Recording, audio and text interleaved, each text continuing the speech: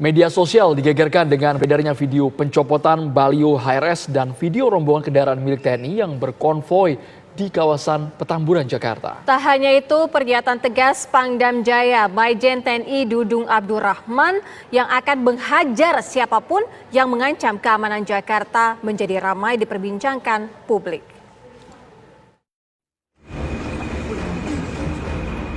Media sosial digegerkan dengan video baliho bergambar wajah tokoh Front Pembela Islam Rizik Syihab diturunkan. Dalam video itu nampak 5 orang mengenakan seragam loreng menurunkan baliho bergambar Rizik Syihab yang terpasang. Pangdam Jaya Majen TNI Dudung Abdurrahman pun angkat bicara perihal viralnya video pencopotan baliho HRS. Ia menegaskan pencopotan baliho HRS merupakan perintahnya. Barbaju loreng menurunkan baliho Habib Rizik. Itu perintah saya. Itu perintah saya. Karena berapa kali Pol PP nurunkan, dinaikkan lagi. Ya. Perintah saya itu. Begini, ya. Kalau siapapun di Republik ini, siapapun, ini negara-negara hukum. Ini negara-negara hukum. Harus taat kepada hukum. Ya kalau masang baliho itu udah jelas ada aturannya. Ada bayar pajaknya. Tempatnya juga sudah ditentukan. Jangan seenaknya sendiri. Ya. Jangan seenaknya sendiri seakan-akan dia paling benar. Nggak ada itu. Ya. Nggak ada. Jangan coba-coba pokoknya. Jangan coba-coba. Kalau perlu FPI bubarkan aja itu. Bubarkan saja itu. Ya. Kalau coba-coba dengan TNI, mari. Ya. Sekarang kok mereka ini seperti yang ngatur. Tak sukanya sendiri. Pangdam Jaya juga berbicara keras terhadap pengancam persatuan dan kesatuan di wilayah Jakarta. Saya sampaikan, ya, jangan mengganggu persatuan dan kesatuan yang ada di wilayah Jakarta. Saya panglimanya. Ya, jangan coba-coba mengganggu persatuan dan kesatuan yang ada di Jakarta. Kalau coba-coba mengganggu itu, akan saya hajar. Sikap dan pernyataan tegas sang Pangdam pun memetik tanya di ruang publik. Mengapa ia begitu lantang berbicara? Dan siapakah pihak-pihak yang dimaksud akan mengancam persatuan dan kesatuan di Jakarta? Tim TV One mengabarkan.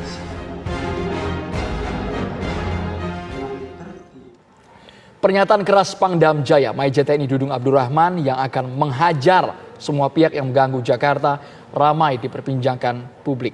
Siapa pihak yang dimaksud oleh Pangdam Jaya? Sebegitu gentingkah ibu kota hingga TNI turun tangan memperlihatkan kekuatannya? Sudah hadir bersama kami sejumlah narasumber Pangdam Jaya tahun 1996 yang juga sebagai Gubernur DKI Jakarta 2 periode 1997 hingga 2007 dan juga sebagai Kepala BIN 2015-2016 Sutioso atau Bang Yos. Selamat petang Bang Yos. Kemudian ada Deputi 7 Badan Intelijen Negara Wawan Purwanto dan pengamat intelijen Rizal Dharma Putra. Selamat petang, Bang Rizal, Pak Wawan. Selamat petang, Mbak. Ya, saya ke Bang Yos. Menurut Bang Yos, apa sebenarnya maksud pernyataan Pangdam Jaya Majen TNI Dudung Abdurrahman? Jadi saya melihat atau menilai begini ya, apa yang dilakukan Pangdam menurunkan baliho, lalu menyampaikan pernyataan yang amat keras itu ya, itu adalah sebuah istilah kita itu adalah shock terapi. Ya, shock terapi itu kita keluarkan pada saat semua tidak berfungsi lagi, gitu. Jadi perlu diketahui di daerah itu ada 3 unsur yang bertanggung jawab. Yang pertama tentu kepala daerah, gubernur dalam hal ini. Yang kedua itu Kapolda dan Pangdam Jaya, Kapolda Metro maksudnya. Jadi 3 unsur inilah gitu. Nah dalam konteks menangani FPI atau HRS ini ya, tentu misalnya baliho kan. Saya berasumsi, ya seperti dikatakan Panglima tadi, bahwa Trantip yang mengerahkan biasanya Satpol PP ini tidak berhasil lagi gitu. Yang sebenarnya tidak boleh, mestinya sudah di situ pun sudah harus berhenti ya. Baliho itu kan menggunakan dana ya. Jadi kalau terus dicopotin terus pasang copot lagi gitu saja oleh Satpol PP harusnya. Ini sudah dilakukan apa belum gitu ya. Kalaupun harus dibantu ya kita biarlah mereka yang menurunkan, misalnya Kodam dan Polda Metro dalam gabungan gitu, operasi gabungan melindungi mereka yang sedang melakukan tugas. Tapi baliho itu sudah jelas seperti Panglima itu sesuatu yang salah karena baliho itu ada perdanya ya, di mana bisa dipasang ukurannya berapa dan bayar pajak ya, tidak boleh sembarangan. Nah, kalau unsur Satpol PP ini sudah tidak berfungsi, tentu berikutnya adalah Polda Metro Jaya gitu kan. Kalau sudah ada dalil-dalil dia itu memang melanggar aturan menurut hukum, perda itu pun sudah ada sanksi hukumnya perda itu, gitu. Lakukan saja pemanggilan, pemeriksaan sampai penyidikan dan di pengadilan, jangan pernah ragu itu. Nah, asumsi saya ini semua sudah tidak bisa sehingga Panglima melakukan seperti itu. Kalau tiba-tiba memang tidak cocok, gitu ya. Ibaratnya kita ini mau apa ya? Mau membunuh lalat itulah tetapi pakai palu gitu kan, ibaratnya seperti itu. Karena TNI itu adalah senjata pamungkas, harus keluar yang terakhir kali. Oke, Bang Yos, Peristiwa waktu kalau saya Kodam TNI Jaya sebagai misalnya. senjata pamungkas artinya sudah gentingkah ibu kota Jakarta saat ini sehingga TNI harus turun tangan? Menurut pengamatan saya sih belum ya. Kan saya katakan tadi kalau kelompok ini katakan FPI lah gitu, yang membuat ulah yang sudah ada dalil-dalil melanggar hukum, ya dianu aja, diusut aja sama kepolisian gitu loh. Kalau ini semua tidak udah jalan, makanya saya ingin memberikan contoh. Misalnya waktu saya Panglima kan ada peristiwa 27 Juli. Pada saat kerusuhan itu dia bisa ditangani lagi oleh kepolisian, maka ada perintah resmi dari Panglima ABRI waktu itu untuk saya mengambil alih gitu kan. Ya, nah begini ya, di dalam wilayah itu kan ada penghuninya atau masyarakat. Masyarakat itu apapun isinya itu kan seperti keluarga. Ya, anak yang banyak ini ada yang alim, ada yang nurut manut, tapi ada juga yang nakal seperti itu. Jadi maksud saya kalau ada peristiwa-peristiwa seperti sepulang HRS ini terutama, itu mesti kita mengedepankan namanya soft power gitu kan. Soft power itu di dalam operasi intelijen namanya operasi penggalangan yang lunak gitu. Jadi operasi penggalangan itu ada dua, lunak dan keras. Kalau sudah didekati baik-baik dikasih tahu ternyata nggak bisa ya galangannya keras gitu dengan mengerahkan aparat-aparat itu tadi, dan ini biasanya adalah yang melakukan adalah unsur-unsur intelijen. Bang gitu Yos. kan. Dan saya punya pengalaman waktu gubernur, kantor saya itu didudukin oleh FPI pada bulan puasa. Dan yang mendudukin itu nggak sedikit, udah kayak salju aja kantor saya, udah putih semua luar maupun dalam. Dan dipimpin oleh HRS sendiri dan pengurus-pengurus teras FPI. Pejabat DKI juga melarang saya masuk kantor, saya tetap masuk karena saya berprinsip seperti apapun orang kerasnya tetap saja bisa kita dekati hatinya. Bang Yos. Dan saya jelaskan kan, dia akan menuntut saya menandatangani surat agar semua tempat hiburan dan restoran ditutup total selama 1 bulan. Lah mana mungkin saya jelaskan sama Habib itu dengan kelompoknya, ya ini kota internasional, banyak non-muslim, banyak duta besar, kalau makan di mana kalau saya tutup? Tempat hiburan, sudah kita survei 90% pegawainya itu muslim. Kalau 1 bulan ditutup dia dapat duit apa untuk mudik gitu kan, karena itu kita atur, tapi puasa tidak boleh terganggu. Buka setelah tarawih selesai, tutup sebelum sahur dimulai. Jadi seperti itu, dan perda itu sudah kita konsultasikan dengan MUI dan hasil koordinasi dengan DPRD yang mewakili rakyat termasuk FPI. Saya jelaskan, dia nggak berani maksa lagi, akhirnya mereka paham dan saya minta untuk keluar dari balai kota dan mereka keluar. Maksud saya kelompok sekeras apapun masih tetap bisa didekati, tetapi mungkin juga tidak berhasil, tetapi kan ada jalan lain. Kalau tidak berhasil barulah dengan cara namanya penggalangan keras ya.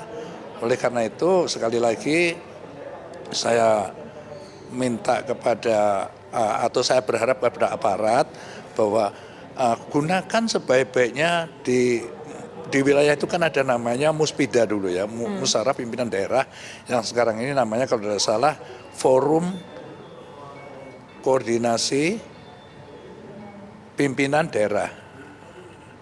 Baik Bang Yos, kita ke Bang Rizal terlebih dahulu, pengamat intelijen. Bang Rizal, Anda melihatnya bagaimana? Bang Rizal, apakah ada pihak-pihak yang dimaksud oleh Pangdam Jaya ini spesifik, membidik ke sekelompok atau bagaimana Bang Rizal, Anda melihatnya? Saya punya sedikit catatan ya.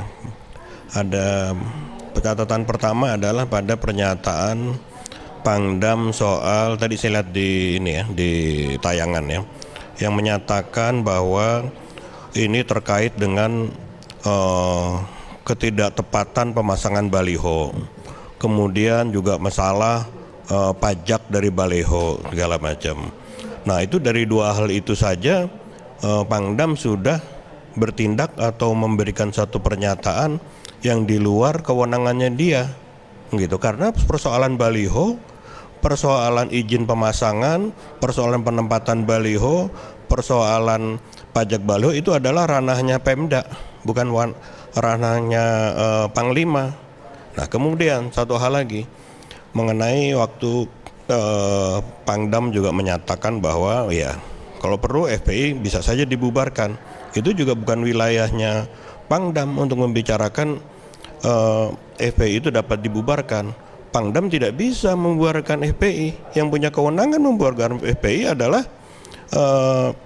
Kementerian Dalam Negeri, dan itu juga melalui proses peradilan. Nah, jadi di sini saya lihat Pangdam ini menabrak rambu-rambu hukum dalam memberikan pernyataannya.